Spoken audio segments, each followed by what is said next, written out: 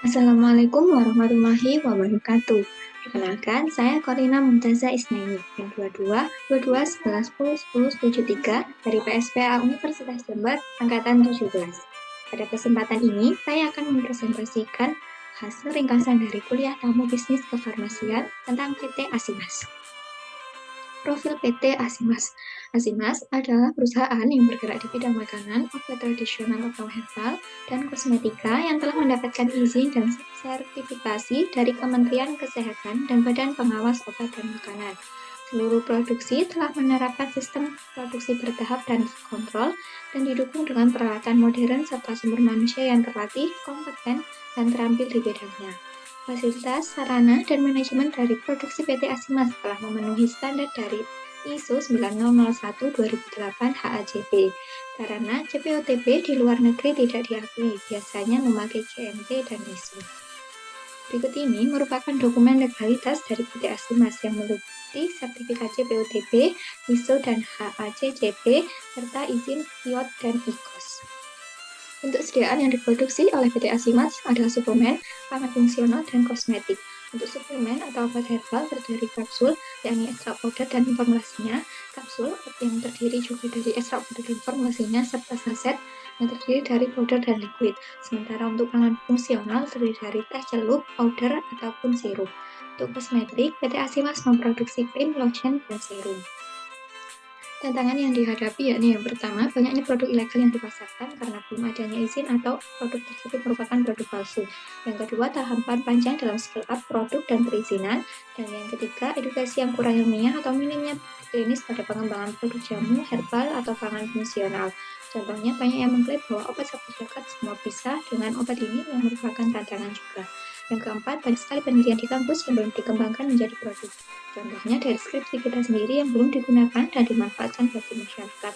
Contohnya karena tidak sesuai dengan pasar, kebutuhan masyarakat, teknologi yang tidak sesuai. Kemudian, masih perlukah pengembangan produk bahan alam? Jawabannya masih perlu karena potensi yang dimiliki Indonesia ini terjadi potensi alam dengan kekayaan hayati dengan tanaman lebih dari 30.000 spesies dengan 300 lebih digunakan sebagai BPU dan BPOT. Sementara jamu yang merupakan warisan dari Indonesia. Penelitian dari Skesdas tahun 2020, 50% penduduk Indonesia menggunakan jamu dan 96% diantaranya merasakan manfaatnya. Berikut merupakan global market herbal medicine. Omset produk obat tradisional di pasar global sekitar 138 ke 50 miliar dolar AS yang diproyeksikan 5 tahun ke depan akan semakin meningkat dan akan meningkat juga pada tahun 2026 dengan perkiraan pertumbuhan 6,7% per tahun.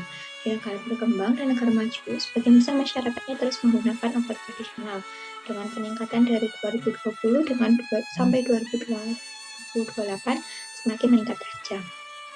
Kemudian apa pengaruhnya media digital atau internet terhadap pengembangan tradisional? Jawabannya, media digital meningkatkan permintaan konsumen karena meningkatkan akses digital.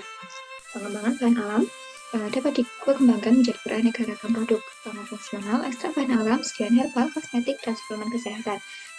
Tercepat untuk memiliki produk dengan formulasi sendiri atau brand sendiri adalah dengan kerjasama kontrak produksi atau tol manufaktur ataupun maklum. Berikut merupakan klasifikasi produk yang ada di Indonesia. Yang pertama, makanan, minuman, ataupun yang disebut sebagai olahan pangan. Kedua, obat tradisional yang meliputi jamu, obat herbal terstandar, dan fitofarmaka. Yang ketiga, kosmetik. Dan yang keempat, suplemen makanan atau vitamin. Dari 2018 hingga 2021, banyak produk yang berkembang. Suplemen makanan vitamin hanya bisa didaftarkan oleh IOT atau IF, jadi tidak banyak pabriknya, sehingga yang terdaftar hanya sedikit.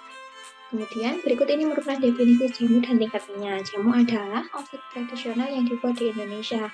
Sementara obat tradisional sendiri adalah bahan atau ramuan bahan yang berupa bahan tumbuhan, bahan hewan, bahan mineral, sarian atau campuran yang secara turun-temurun telah digunakan untuk pengobatan dan dapat diterapkan dengan norma yang berlaku di masyarakat.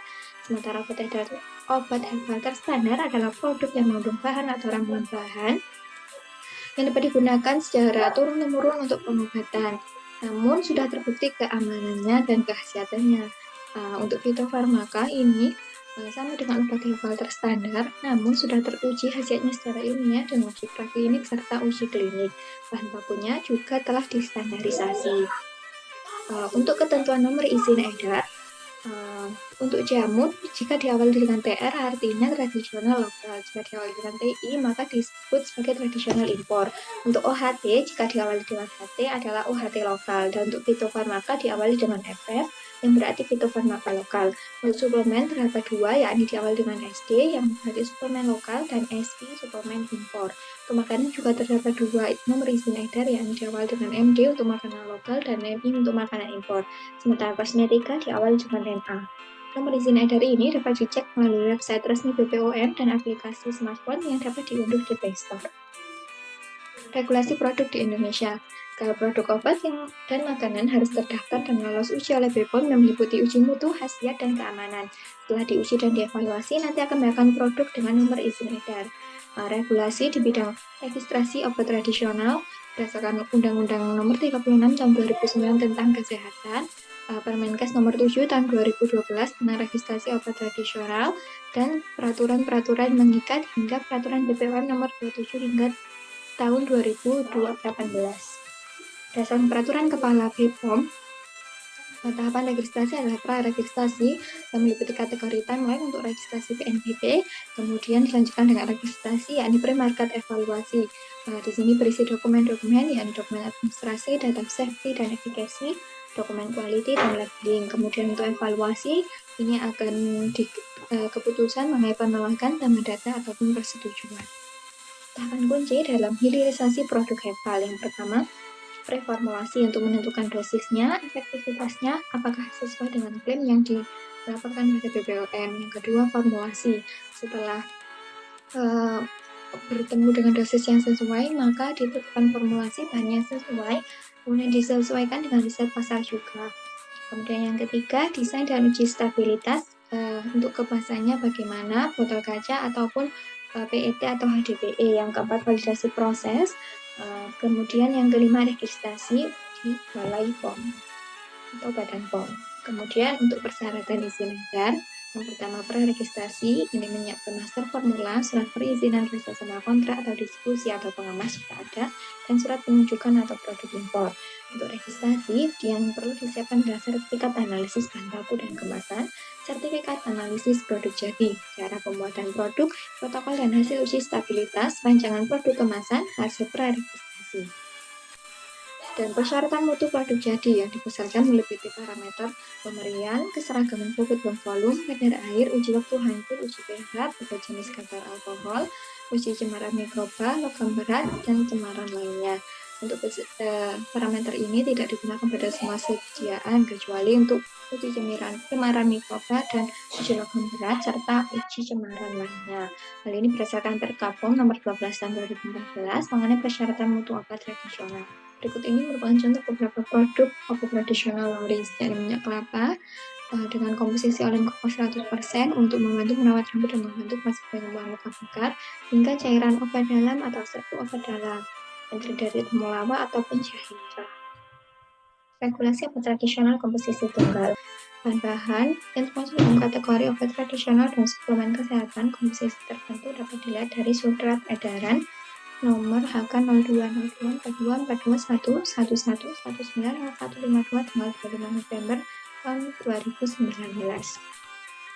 Larangan dapat obat tradisional, yakni dilarang menggunakan etil alkohol dengan kadar lebih dari 1% kecuali bentuk tinktur.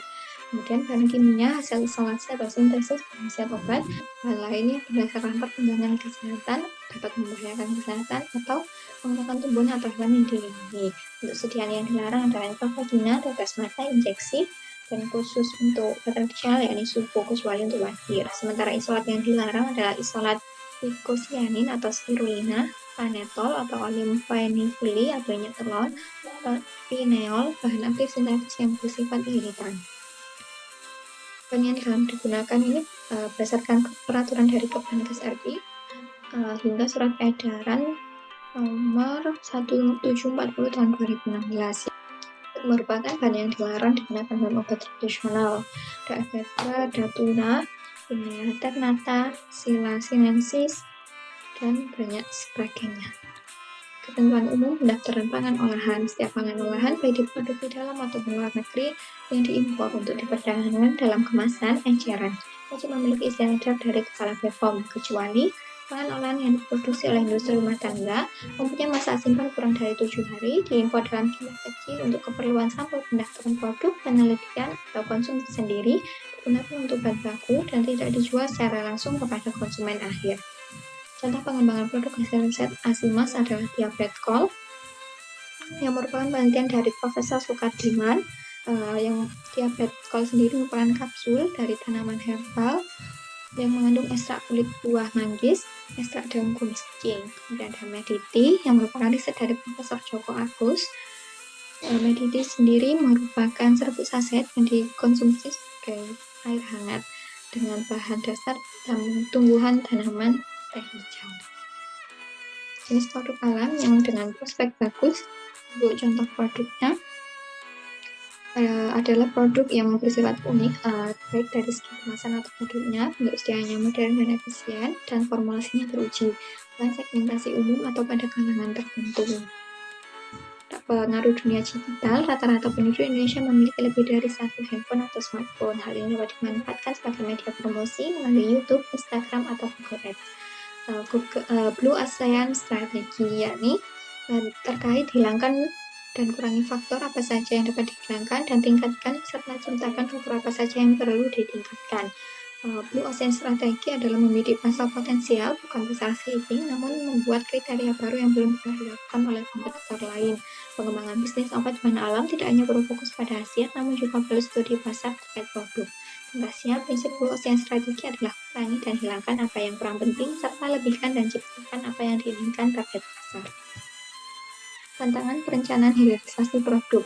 Yang pertama adalah tentang market atau pemasaran, dan yang kedua adalah kualitas dan khasiat itu menjadi titik penting, karena sebagai apapun program marketing, jika tidak berkualitas produknya maka brand dan konsumen tidak akan loyal. Kemudian yang ketiga perizinan, yang keempat adalah segmentasi pasar, dan yang kelima adalah nilai keunikan yang menjadi nilai lambah tersendiri, unique selling proposition. Kemudian adalah sesi diskusi. Pertanyaan pertama, bagaimana tantangan yang dihadapi dalam pemasaran? Ketika masih offline, tantangannya kita harus berkunjung ke distributor atau agen. Sedangkan sekarang teknologi sudah maju sehingga proteksi harga semakin sulit, istilahnya banding-bandingan harga. Kuncinya senantiasa belajar dan update teknologi. Pertanyaan kedua, bagaimana pemasaran sebelum dan setelah pandemi COVID-19? Jawabannya, sebelum pandemi, pemasaran terbatas pada offline. Saat pandemi, banyak brand develop dan pemanfaatan media online, digital marketing, serta offline. Kemudian yang ketiga, apa saja kendala produksi obat tradisional? Kendalanya adalah branding produk. Hal ini untuk mengatasi yang dilakukan untuk mengatasi hal tersebut adalah pengenalan produk melalui media sosial, marketplace, atau langsung pada dokter agar meresepkan obat tradisional tersebut. Pertanyaan keempat, apa saja yang harus disiapkan saat akan memulai bisnis kefarmasian? Yang pertama, modal. Meskipun modal bukanlah hal yang utama. Dan relasi, aktif dalam event bisnis, membentuk jaringan atau kerjasama dengan rekan sejawat, serta perlu belajar digital marketing. Kemudian pertanyaan kelima, sediaan apa saja yang bisa dibuat di obat tradisional atau usaha mikro obat tradisional untuk industri obat tradisional bisa memproduksi suplemen dan obat tradisional. Pasar pasarnya biasanya ke dokter atau lewat medical representative. Kemudian untuk umur, banyak obat tradisional dengan bentuk sediaan yang terbatas. Tanggapan umum dari kuliah tamu ini secara singkatnya, saat akan membuat produk, fokuskan ke satu produk terlebih dahulu. Produk yang mengandung bahan aktif kimia tidak dapat digolongkan ke dalam kelompok kosmetik. Kosmetik hanya sebatas pada penambahan ekstrak atau isolat, bukan sumber sintetis. Dan terakhir, evaluasi kosmetik yakni meliputi daya sebar, stabilitas, dan homogenitas.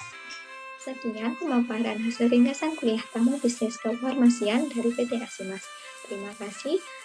Ambil baiknya, buang buruknya. Wassalamualaikum warahmatullahi wabarakatuh.